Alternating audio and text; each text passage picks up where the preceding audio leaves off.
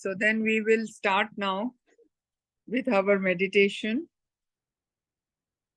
and carry on to chapter 4 today after the homework. So gently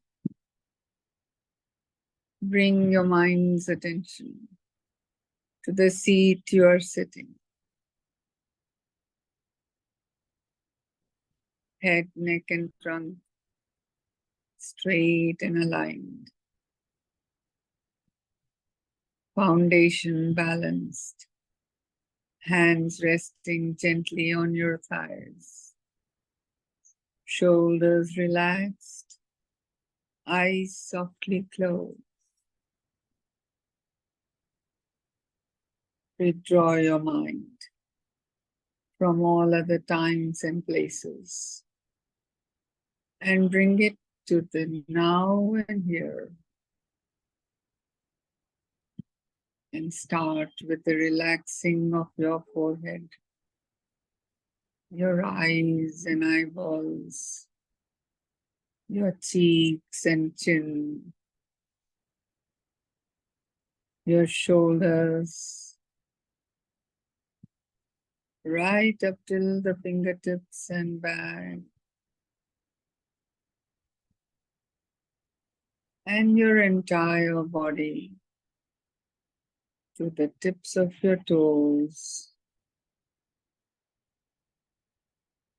Let the wave of relaxation pass over your forehead,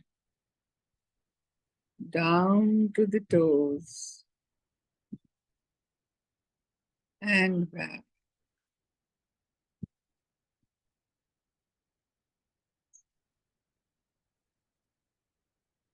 Let your eyes be very softly closed. Guide your awareness to your breath.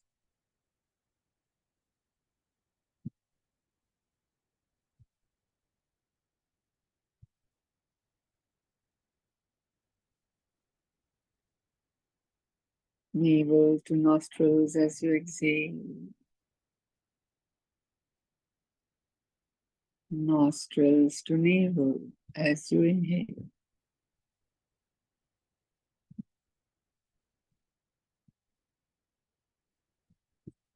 Keep your awareness focused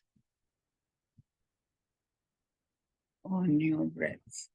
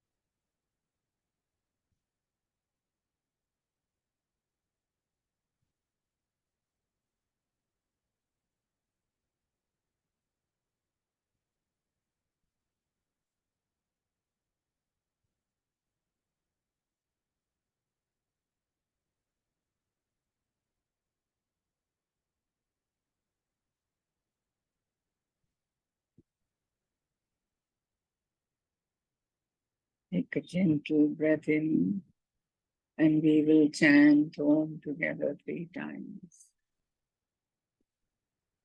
Om.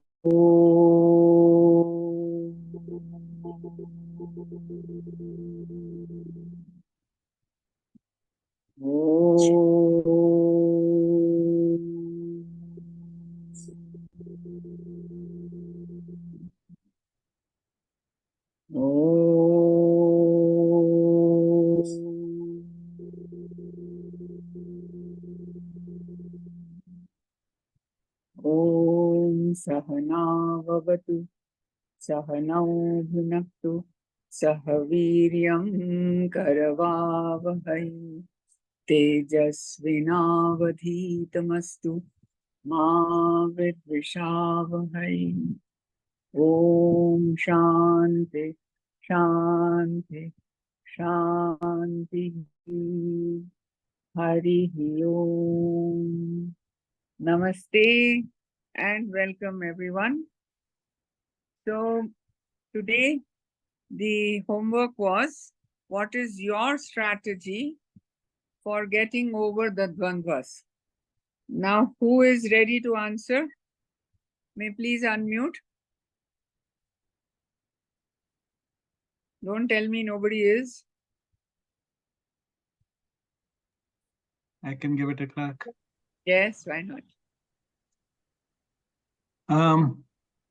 Of late, I've been introduced to a shloka or a set of shlokas called Nirvana Shatakam, created by Jagadguru Adi Shankaracharya. So, what I generally do is I regularly listen to it, and anytime that there are these issues, or sometimes I feel the equilibrium shifting, that time I just try and remember one couplet of it which says, I am not the bhogya, I am not the bhokta, I am nothing, and Shivoham, Shivoham. That's my hack for now. Very nice. Beautiful. Very nice strategy. Adi Shankaracharya will be very pleased with you because it is pointing to your real nature. So if that is your real nature, then why should you be carried away by what is appearing before you? Which is a wonderful strategy, certainly. What else might you use? We learned it in the beginning of our talks. There was one particular shloka in chapter 2, which is very, very poignant and important. Sudha, can you recall that? Because you seem to be smiling. Matra.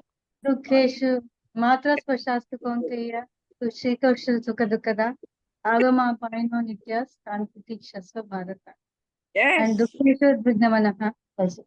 Sukheshu, Vigata Spruha, Gita Braga Bayakrodaha, Sithidir Bunirichate. Yes, indeed. So the things are passing. They are just like they're you. And so what is there? You should use titiksha. Titiksha is endurance.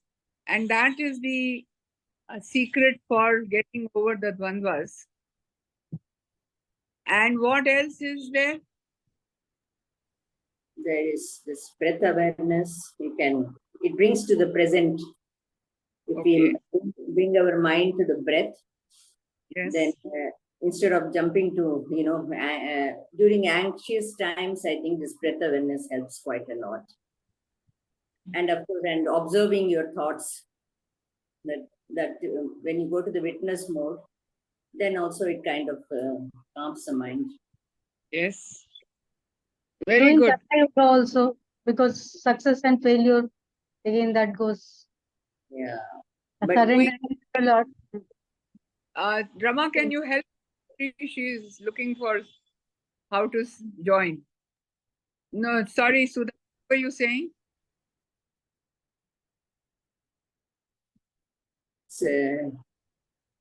She's gone.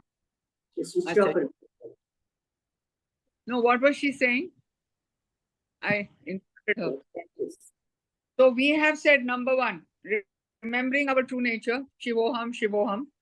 Number 2, we talked about Matra Sparshastu Kaunteya. Number 3, you talked about breath awareness. Number 4, you talked about observation of your thoughts and where the I thought arises. And as soon as you notice that the I thought is the root cause of all our misery, and where it is at an emotional level before it becomes a thought. And it's the thought which makes you, the emotion that makes you react by bringing about those thoughts. So when you start to observe your thoughts, when you're not being reactive, you should start observing your thoughts during the day when you are calm. And you will notice that every thought arises with the central word I. At the moment of the a situation, of course, you will not be able to observe because you would have reacted. But when you have got habituated to this observation, it comes in handy prior to the reaction that you are going to have to an irritant, for example. Now, why is it that we don't want to react? Can anyone answer this practical question? Why is it that we don't want to react? What are your ideas on this? Why not just react? You know, like tennis ball. It's okay. You give me, I give it back to you.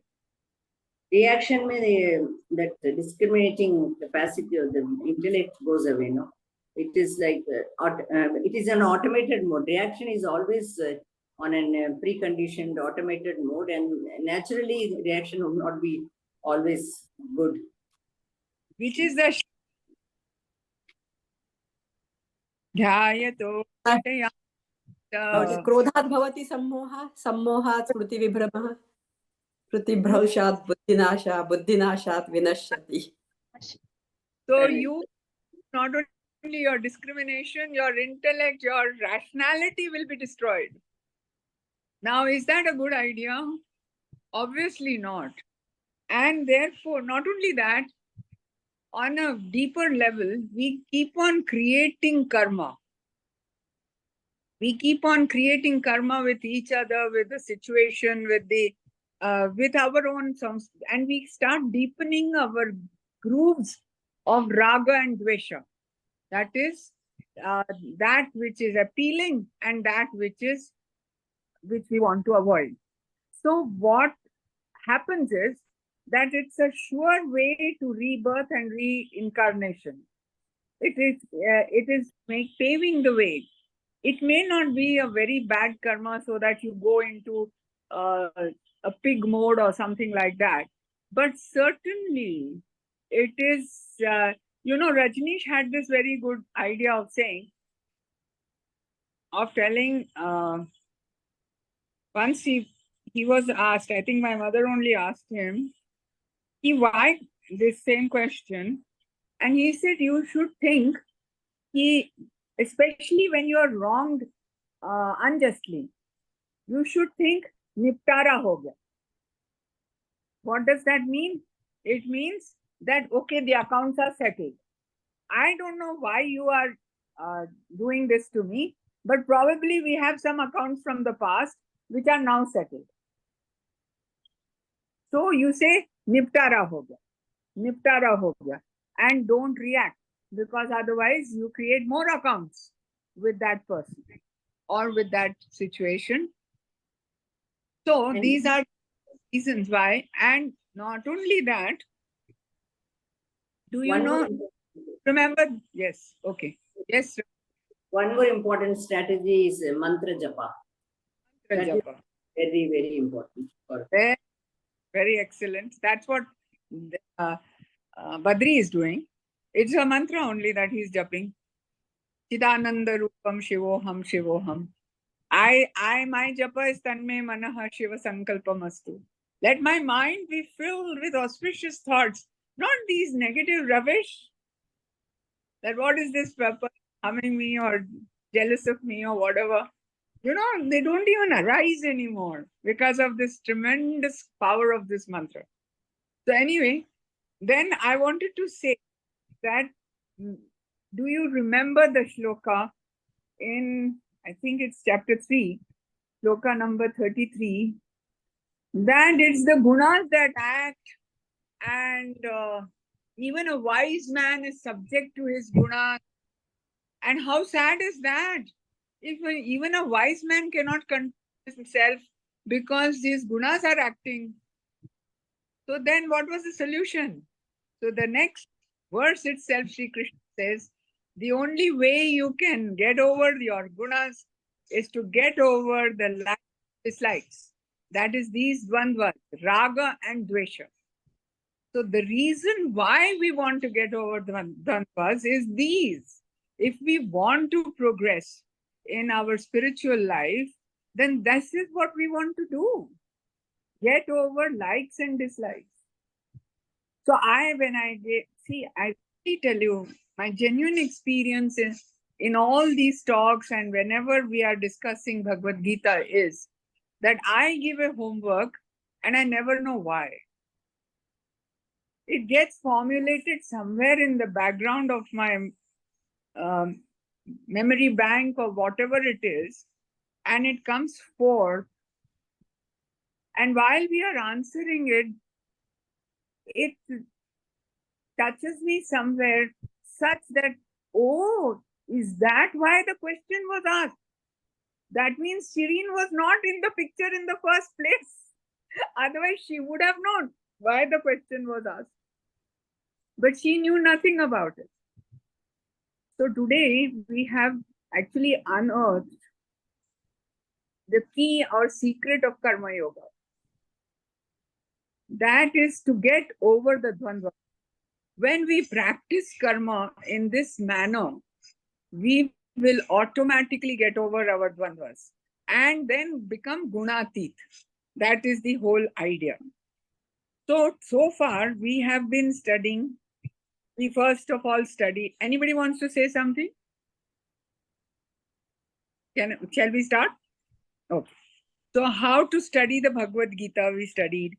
Then we studied Jnana Yoga, a little bit about what is our nature.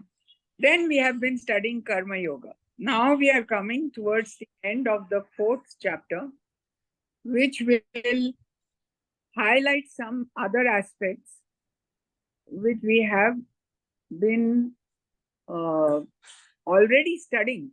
But how do we develop this attitude within us so that it becomes effortless? And that's what we are going to study today. So chapter 4, the following shlokas we are going to read, and then I'll show you how they point to that. So we have learned to transcend the Dvandvas and why we should transcend them. We have also learned that the loop of karma is avidya, avidya meaning ignorance of our true nature, which leads to karma, because then we feel separate from the universe. And therefore, we gather everything for this and betterment of this body mind. That is the ignorance. So it leads to karma, that is desire. And because of desire, we do karma. Because karma has to be done to be able to gratify those desires. And we are stuck in the loop. More karma, more kama, more avidya, more karma, more kama and avidya. Now, these are the necessary principles that we should have studied.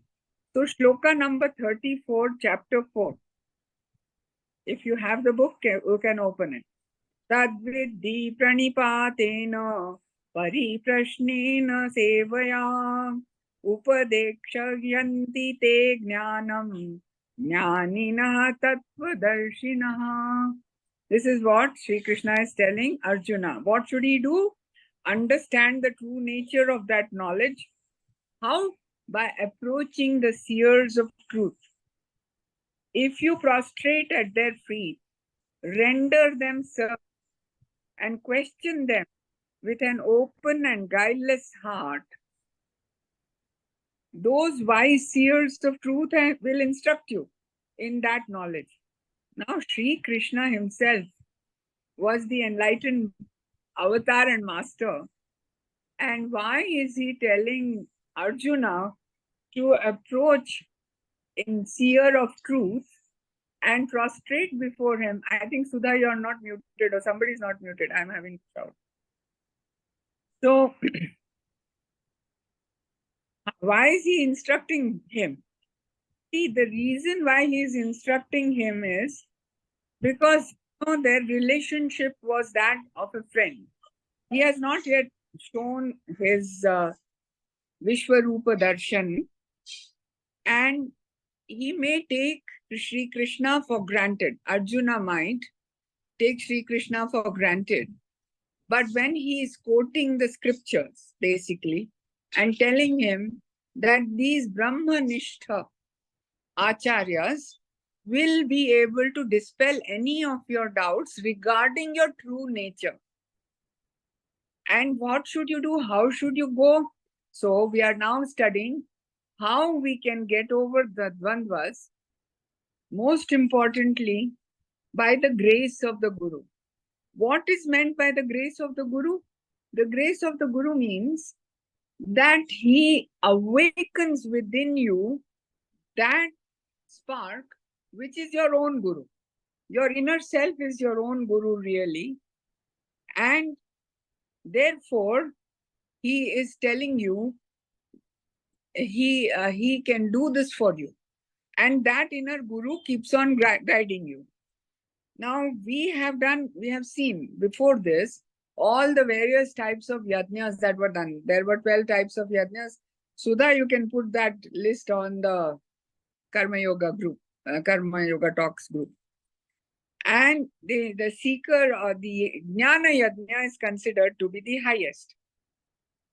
You know what happens with the Guru? On a Guru Purnima day, you are supposed to carry some dry sticks to the Guru, and he will do, when he is doing this Homam Yajna, he will put your dry sticks into that fire. What is the significance of this little ceremony? He is taking over your karma and burning it to the ashes through the process of jnana.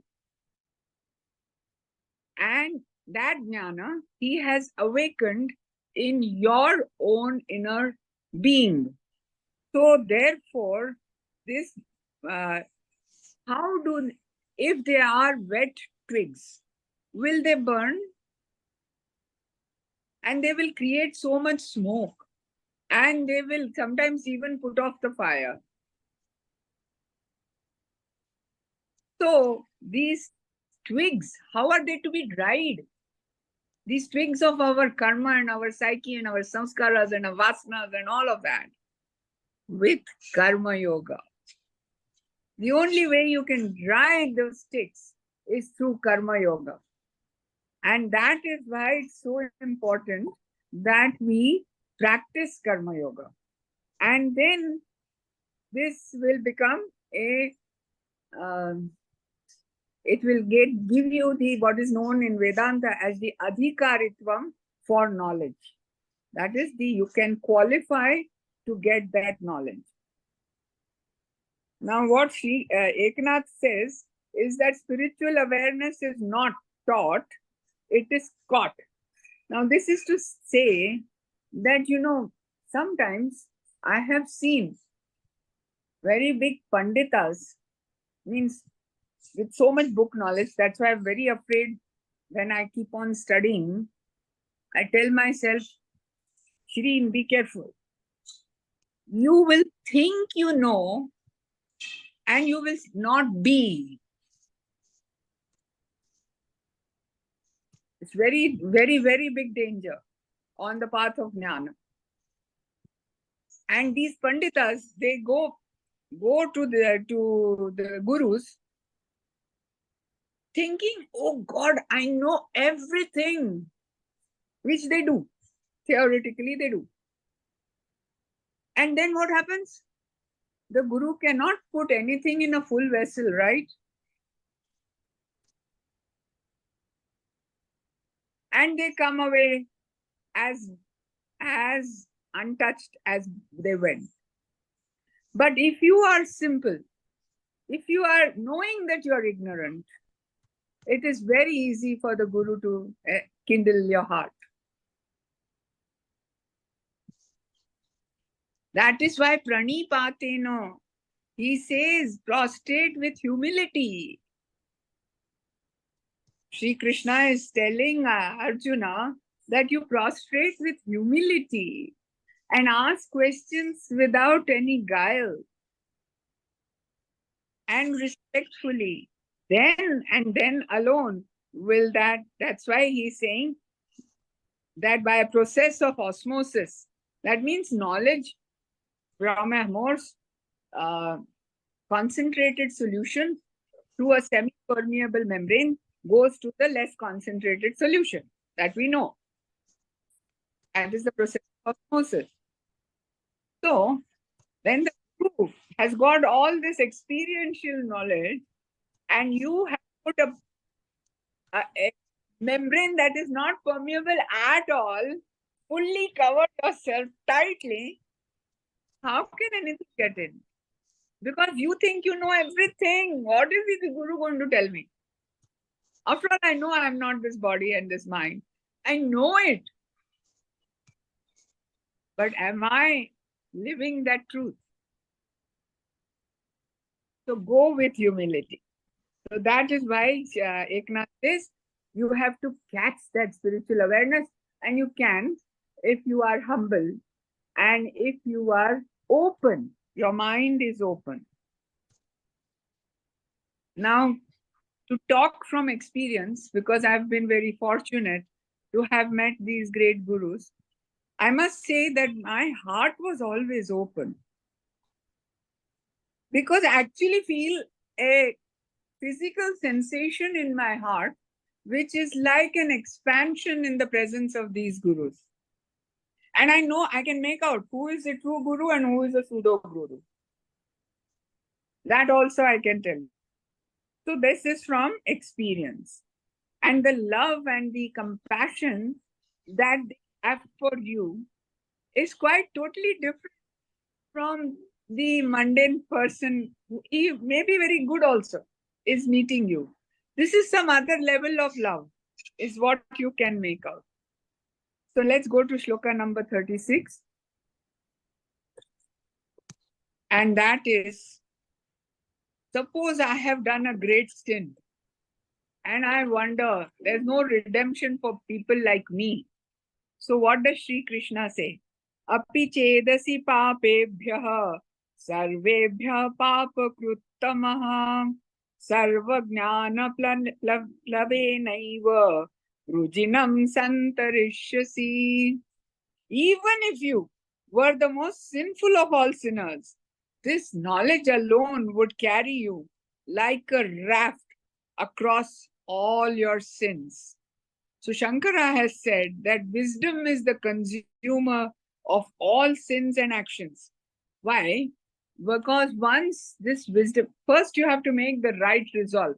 Okay, you know that every saint has a past and every sinner has a future.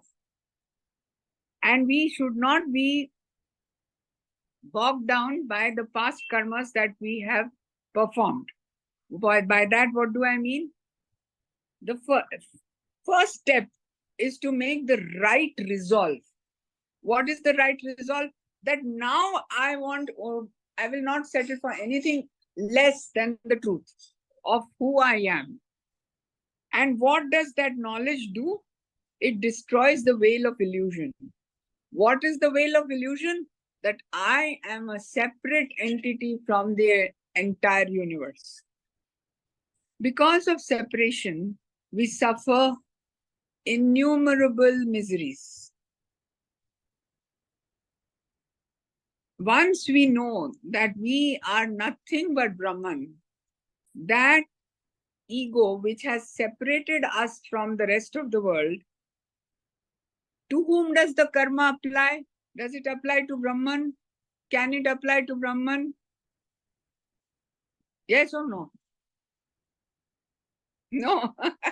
Ujjwala, thank you, Ujjwala. So it can't apply to Brahman. So once you are dead as an ego and you are alive as Brahman, how can it ever apply to you? So it is the wisdom or the jnana or the knowledge of your true nature which actually destroys this karma completely. Otherwise, you have been having infinite births, and all those infinite births, you have been making so many karmas. And in this birth, you are only able to experience a certain amount. So you are carrying all this sanchita karma on your back. And how then can that sanchita be destroyed? So jnana turns to ashes. So once jnana turns this karma to ashes and you know your true self, what happens is that this Vairagya becomes a very effortless Vairagya. Vairagya meaning dispassion. That means non-attachment to Vishayas, to objects. To objects can be what? Objects can be gross, objects can be subtle. Gross objects is easy, you know. Okay, I can give up my love for tea or coffee or whatever it is. It's hard, but it is possible. However, can I give up my attachment to this personality of who I think I am? You see, we carry 3 different masks. It's very sad, but it's absolutely true. There is a mask which we carry for the society. I am a doctor, I am so and so, I have, walked the Ganga and treated the sheikhs, and, I've gone through life. My mother was so and so, my guru was so and so. That's a persona, the mask. It is not who I am. It is all the events that happen to this body and mind. Okay. So that is the subtle one that is very difficult to detach from. But once you know the truth of who you are, my God, you will say, oh no, I don't, this, why was I ever attached to it? It will be a revelation such that you'll first of all, you'll laugh. Rajneesh has said that they asked him, what was your first reaction on enlightenment? And he said, I laughed and laughed and laughed. Because he saw through his personality. And he wondered why he was wearing this mask. So there is a mask you wear for people, that is society. And your family knows how you are at home. Your husbands and wives will tell you, oh, you are holier than thou for the others, but we know that your feet are made of clay. So that's a separate personality you carry. That's another mask. And the worst mask is what you carry for yourself. Because you justify your wrongs and you glorify your virtues inside. You may not convince everybody, but you do it all the same. So all these 3 masks we have to discard. But they are so easy. I mean, to cultivate, develop, practice, learn Vairagya is damn difficult. Almost impossible. But once you know that you are this infinite being in whom all these others have arisen, and this body mind has arisen as well, what would you want to hang on to cling on to? So Vairagya would be a given. So Ramakrishna has said for this particular verse, I want to quote him. He has said that, these karmas, they are a bundle of cotton, just a lit matchstick, and they are gone to ashes. So don't worry. You don't have to pay off each and every karma. You just have to know who you truly are. Now we have to remember that all this is in the context of what Arjuna was asking. Because he was worried about the sin that he may be incurring by killing a Brahmin, Dronacharya, his guru, by killing his Pitamaha. So he was asking. And that is what Sri Krishna is addressing here, that once you have true knowledge, all your karmas are burnt to ashes. And I was so thrilled because I thought, when I read this particular shloka, I thought, oh, I am done, yaar. Okay, all my karmas are burnt to ashes with the knowledge, so I don't have to bother. But when I read Swami Ram's commentary and I read Eknath's commentary and all of that, I felt very disheartened because they still say that hard work and discipline cannot be escaped. Here I was, the lazy bum who wanted to escape all this hard work and discipline. And he said that it won't be possible. Why? Because you will not have that adhikaritvam, which is what I started our class with. All right. So let's go to now shloka number 39. We are going to do till 42 today. So three more shlokas and we are done. Chapter 4. So shloka number 39. This is a very nice shloka. Shraddhavan labhate jnanam tatparah sanyatendriyah jnanam labdhva param shantim achirenadhigacchati. He who has mastered his senses is exclusively devoted to his practice and is full of faith, attains knowledge. Having had the revelation of truth, he immediately attains supreme peace in the form of God realization. Param Shantim, supreme peace. Adhirenadhigacchati, without any achirenadhigacchati, without any delay. So once he knows the truth, there is no delay. Why will there be a delay? Suppose I show you this and I take it away. How much time did it take for you to know that was a cup of coffee?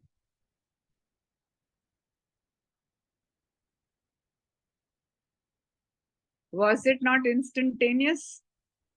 Therefore, once you know the truth, it is instantaneous.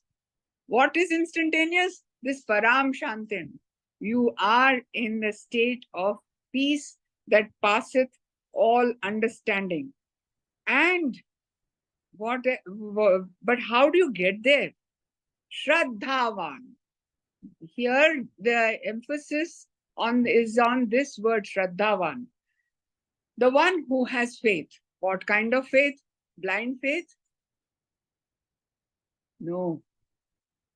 You have to experiment and experience. Just a belief is not going to get you there.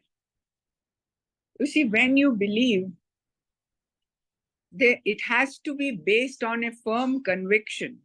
How does a firm conviction happen? Only through a little bit of insight, a little bit of knowledge, jnani, having known that no. Now what is that Shraddha? The Shrutis are telling us that with bhakti you can get there. The Shrutis are telling us with jnana you can get there. Sri Krishna is explaining how to do karma to be able to get there. Now first you must trust them. Na?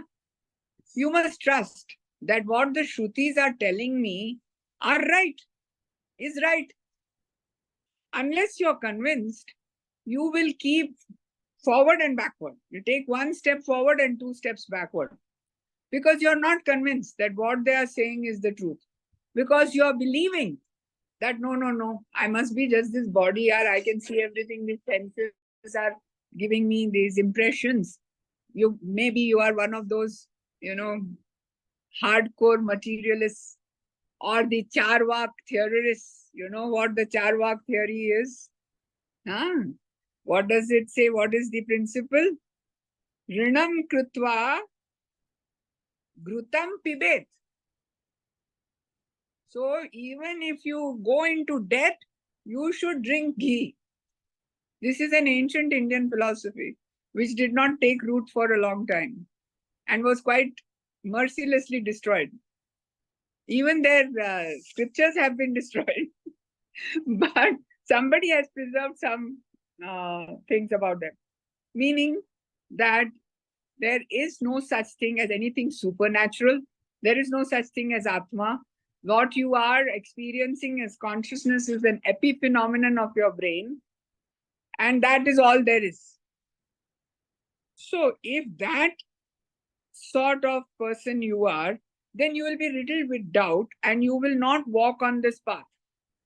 But if you have the conviction that, oh my God, I've seen Swami Ram, and look at the completeness in his, and you won't even be able to call it a personality, in his being. Because when you when you are in his presence, you feel as though there is no difference between him and you. There is so much love flowing. So you feel, oh, I can also be like Swami Ram. That is another test of a great guru. Not that he is artificially humble or anything. Nothing like that. But it is just so natural. The word I want is sahaja, sarala.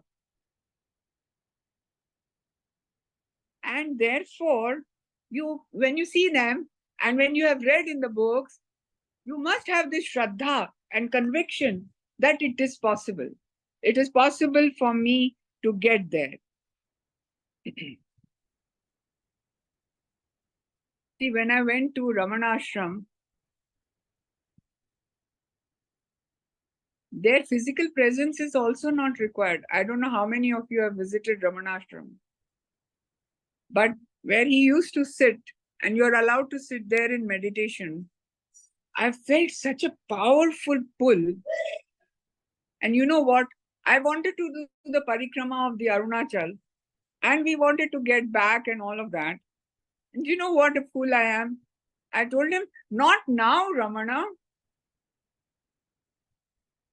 And pulled myself out of that zone and went to do the parikrama instead. That is the level of our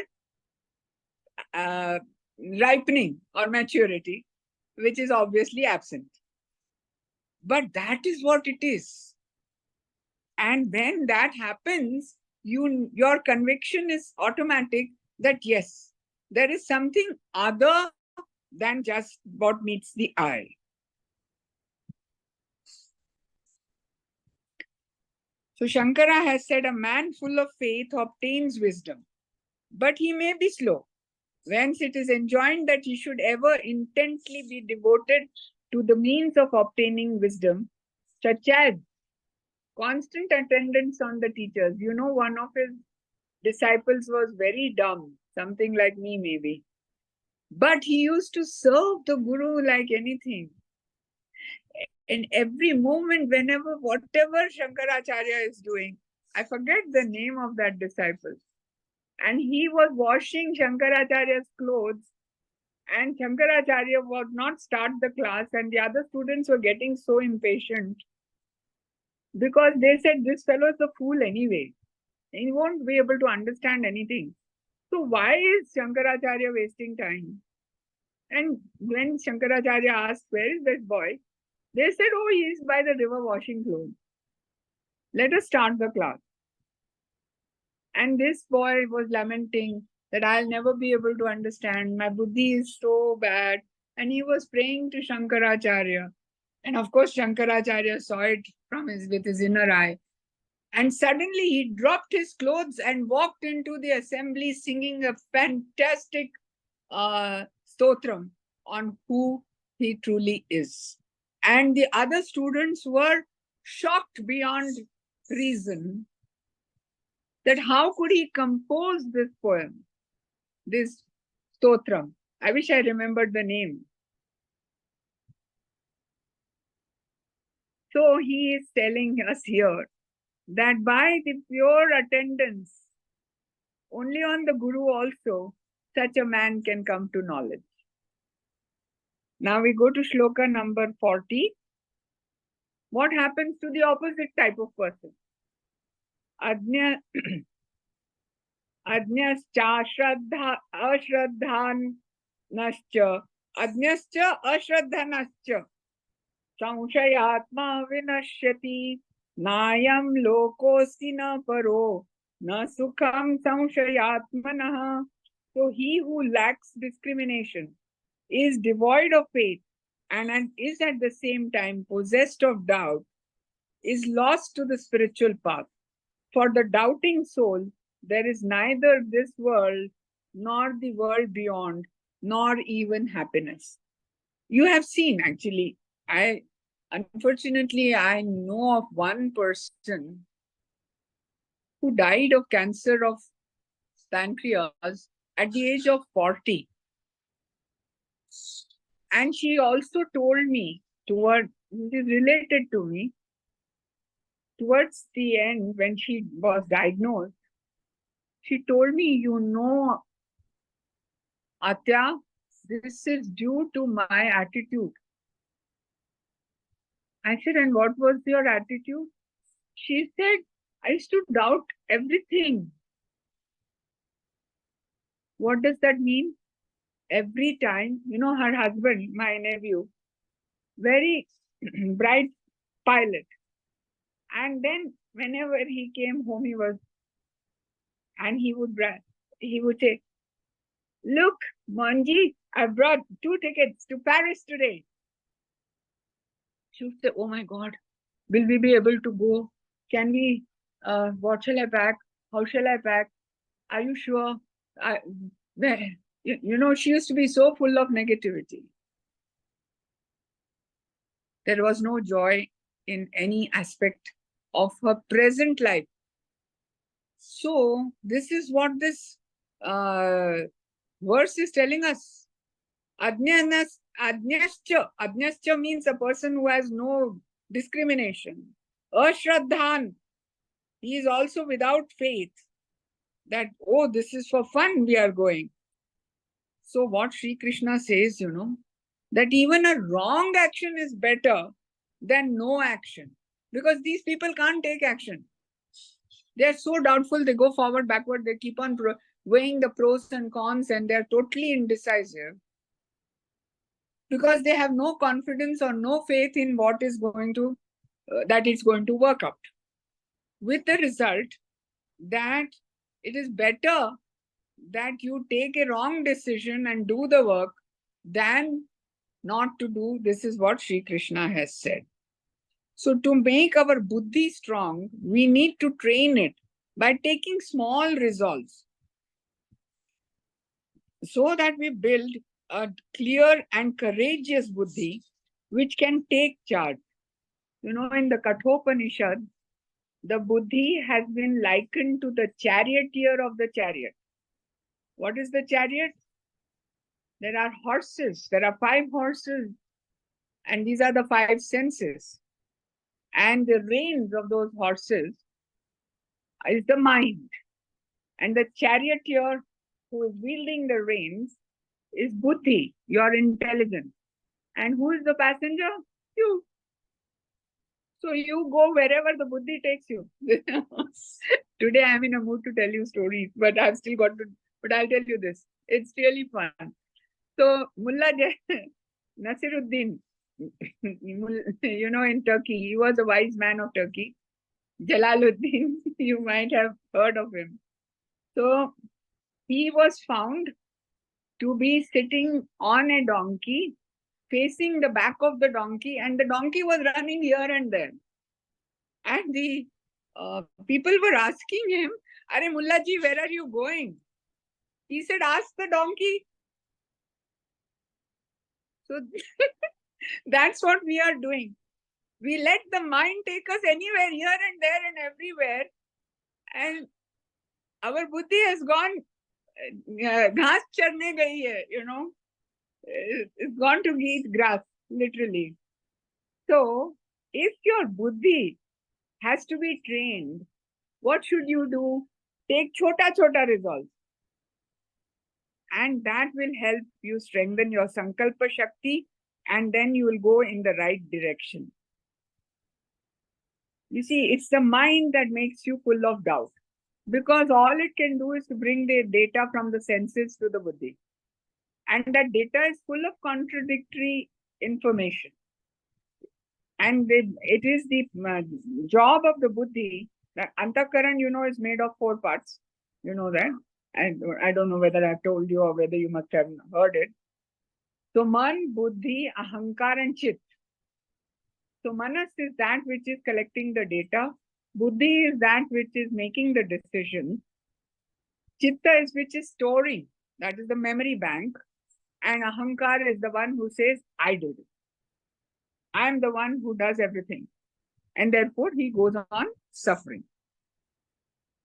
So the exact opposite to what happens to the Shraddhavan happens to the Ashraddhavan. Now these are all the effects of karma yoga, and how to get over the dvandvas is what we are discussing today. So we are kind of concluding in a way. In the next class again I will reiterate, and we will formulate what we have learned, what we are how we have to practice it, and what are the fruits thereof. So we come to shloka number 42. Now therefore Sri Krishna is telling Arjuna, Tasmad ajnana sambhutam hrutstham jnana sinatmanaha chitvainam samshayam yogam atishthotishhtha bharata. Therefore Arjuna, slashing to pieces with the sword of knowledge this doubt in your heart, should I, shouldn't I, should I, shouldn't I, born of ignorance, establish yourself in karma yoga in the shape of even-mindedness and stand up for the fight. So, Uttishtha, what should he do? He should get up. Till now, he is still sitting in the back of his chariot. He does not get up till the 18th chapter. So what of us? I mean, Arjuna should have been very much prepared. I don't think, I hope we can get up in this birth at least. So, Tasmad Ajnana Sambhutam. Ajnana Sambhutam, this thing born of ignorance, which is situated in your heart. Take this sword, Asina is sword of Jnana. Jnana, Asina.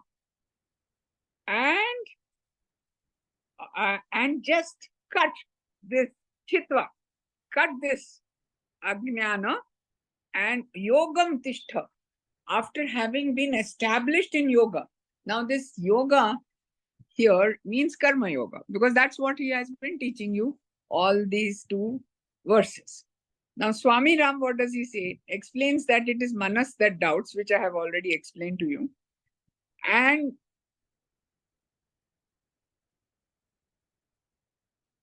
somehow, even when you're doing sadhana, doubts creep in. You know, you are Shraddhavan and everything, but when you don't make, apparently you're not making progress on the path, doubts creeping. Am I doing it properly? Am I worthy of it? Why is it that till now I have not attained? Shirin can ask herself, Nirvikalpa Samadhi. It makes me laugh because nothing is in your hands anyway. But doesn't matter. These doubts may creep in. Now, these doubts are creeping in because the manas is triggering them. So, the buddhi, it is this buddhi itself, by itself, is not an adequate tool because it cannot comprehend the self. What we are trying to do in sadhana, unfortunately, is that we expect that the buddhi will understand the self. If the buddhi is going to understand the self, then it is greater than the self, is it not?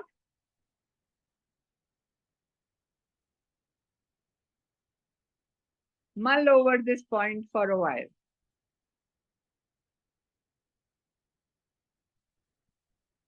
And therefore, we feel dejected, doubtful, depressed when we are sincerely practicing. And that is where we must keep our faith and we must keep on practicing without expecting the result thereof. Is the result in your hands? Karma phala data is somebody else. The ordinary result is not in your hand. How can that result be in your hand? Tell me. Unless you offer yajna, your sadhana, at the feet of the master, not expecting any result whatsoever, the reward is in doing the service to the Guru. Because Guru told me to do this, I am doing it. And I have the faith for doing it, therefore I am doing it. And does not matter whether I get the result or not, and what result I get. Then Tyaga Chanti Ranantaram, it's immediate peace. Doubt cannot then assail you. So Arjuna is asked to slash this doubt with the sword of knowledge and get up to fight. And this is where I want to stop, as this is the end of the chapter number 4, and we have covered all the tenets that have been taught in chapter 3 and 4 by Sri Krishna. We are also coming to the end of the class. And it's just also perfect. And do you know why it's also perfect? Because the doer is only the one Sri Krishna. The listener is also only the one Sri Krishna. So let not doubt assail you. And with great faith, Shraddhavan, become Shraddhavan Labate Jnanam. Attain to this knowledge that there is basically no separation, and that whatever fruit, whenever it has to accrue, let it accrue. But I'm not even the one to whom it will accrue. It is because I have surrendered myself. And that this buddhi is never going to be able to comprehend. So what is the best thing? Put your hands up. You know, when my son was small, he was about 8 years old, and you know, boys like to guns and all are, pistols and all are given as toys to boys. I don't know why. But anyway, he had a pistol and he used to go around the house and wanting to shoot you, but he would add, hands up if you want to. That was so ever so sweet. Hands up if you want to. So I say that surrender if you want to. If you want to surrender and you have surrendered, does it matter what you get and what you don't get? No. So relax, be happy, enjoy yourself, but keep at it, because that is what gives you peace immediately. If there are any questions, comments, they are welcome. Otherwise, we close. A small one, Shirin, but probably you mentioned Ramakrishna saying that all karma is like a ball of cotton, and the moment you realize it just goes away.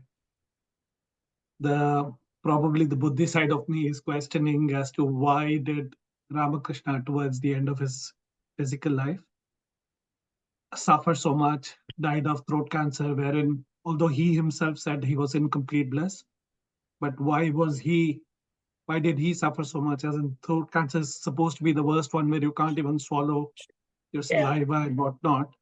So it just makes me wonder as to why. But yeah, It's a Buddhi question, and it's a good question. See, you know, it's so strange. Ramana died of cancer. Ramakrishna died of cancer. Nisargadatta Maharaj died of cancer. Swami Ram died of cancer. Tyagaraja died of cancer. Tyagaraja died of cancer. Yeah. There are two explanations given. Number one is they are born as human beings, right? So they came with some prarabdha karma. And that prarabdha karma has to be paid off by body and mind. What gets burnt off is the sanchita karma. Sanchita karma, which is from your infinite past births, because now there is no personality left. They will not take another body to experience that. So that is number one, which is a logical answer to your question, that prarabdha has to be suffered. So this body, if it has come with this prarabdha karma, some horrendous karma they may have done. Every saint has a past. They are human beings. So we can say, okay. So they are suffering their prarabdha karma, but once this body is gone, they are mukta. They were mukta even now, because they don't suffer the psychological suffering, which I will suffer, God forbid. I mean, I don't think I will suffer, because I have tested this. It has happened. No, but anyway, one can't talk about the future. But for a person as in persona, when he or she gets a cancer, she suffers unbearably, not just the pain of the cancer, physical, but the anxiety, the fear of dissolution, and so on, which they didn't suffer at all, which you could make out in their lifetime itself. Oh, in fact, there is one incident in his life when one of his disciples came and asked him that it must be paining a lot, is it not? And Ramakrishna said, oh yes, it is paining a lot. And that man was surprised at the way Ramakrishna was answering. He said, but you seem to be in bliss. He said, oh, you have caught me, he said. Arey, tujhe ko pakad liya. And the same thing I can tell you about Swami Ram. I have seen him 2 months before his passing. He was emaciated thin. I have got these photographs with him. And he was chatting with us. And there was not a wrinkle on his face, means of anxiety or fear. So one is that they are suffering their prarabdha. The second is that they take over the karmas of their disciples. And they try to bring them. See, sometimes we can be so overpowered by our bad karma that we cannot even think or turn towards the Lord. So they remove that much of that karma so that you turn towards the Lord at least. So they take over. By chance, you have seen their devotion and you have devoted and prostrated. They try to take over that karma to pay it off on behalf so that you suffer less. On behalf of Swami Ram did that many times. Swami Ram did that many times in his life itself, which he didn't die of. I mean, there are so many incidents. Please read